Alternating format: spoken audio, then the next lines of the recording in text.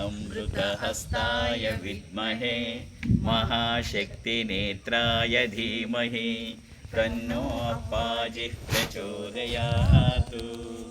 ॐ सुवर्णवृष्टिं कुरु मे गृहेशीः सुधान्यवृद्धिं कुरु मे गृहेशीः कल्याणवृद्धिं कुरु मे गृहेशीः विभूतिवृद्धिं कुरु मे गृहेशीः सुवर्णवृष्टिं कुरु मे गृहेशीः सुधान्यवृद्धिं कुरु मे गृहेशीः कल्याणवृद्धिं कुरु मे गृहेशीः विभूतिवृद्धिं कुरु मे गृहेशीः अमा सुवर्णवृष्टिं कुरु मे गृहेशीः सुधान्यवृद्धिं कुरु मे गृहेशीः कल्याणवृद्धिं कुरु मे गृहेशीः विभूतिवृद्धिं कुरु मे गृहेशीः लोका समस्ता सुखिनो भवन्तु लोका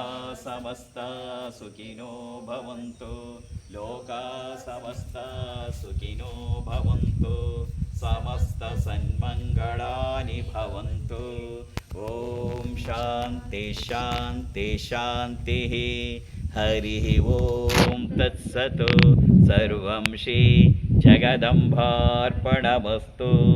सर्वं श्री गुरुचरणार्पणमस्तु।